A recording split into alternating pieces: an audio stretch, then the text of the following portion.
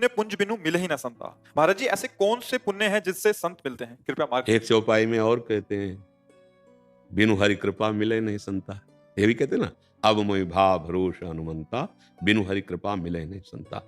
जब हमें पुण्य प्रताप से संत मिलते हैं तो हमें उसमें हरि की कृपा देखनी चाहिए, क्योंकि कोई इतना पुण्य बलवान नहीं है, पुण्य का मतलब शुभ कर्म, वो इतना बलवान नहीं है कि मुझे भगवत प्रेमी महात्माओं से मिला दे। असली में उसमें हरि की कृपा होती है। देखो, ग्रह कारज नाना जंजाला, उसी रामायण में, ते अति दुर्गम शैल विशाला, यही सर आवत अति कठिनाई, राम कृपा बिनु आए न जाए। कृपा शब्द का प्रयोग हुआ। भगवान की कृपा से मानवदेह मिलना, भगवान की कृपा से संत समागम मिलना।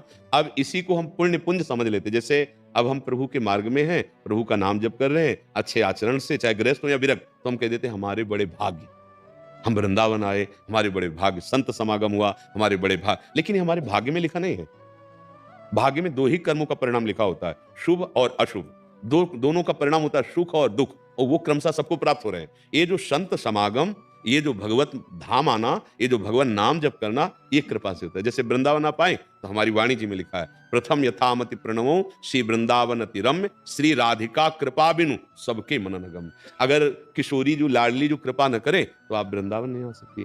अगर किशोरी लाडली जो कृपा न करे तो आप उनके लाडले प्रेमी जनों से नहीं मिल सकती, आप राधा नाम नहीं जप सकती। हरि कृपा से ही हरि नाम, जैसे हरिवंश कृपा, हरिवंश कहें, हरिवंश कहें, हरिवंश लहें। कृपा से नाम जब चलने लगा, कृपा से मनुष्य शरीर मिला, कृपा से संत जन मिले। अब इसे हम कह सकते हैं बड़े भाग्य, हम कहते हैं हमारे बड़े पुण्य, हमें संत समागम प्राप्त हुआ। तो पुण्य बात केवल पीछे की है, बात इसमें कृपा की है। नहीं, पुण्य केवल सुखद घटना प्रकाशित कर सकता है, जैसे पाप दुखद घटना प्रकाशित करता है, लौकिक, ऐसे ही पुण्य लौकिक सुखद। ये संत समागम लौकिक नहीं है, ये अलौकिक है, भगवान की कृपा से मिलता है।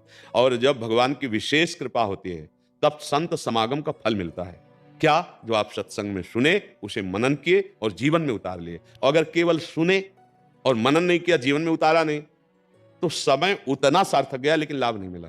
मान लो आप 20 मिनट बैठे, अहोभाग्य कि भगवत चर्चा होती रही, लेकिन आपने सुना लेकिन मनन नहीं किया, तो उसका लाभ नहीं मिलेगा।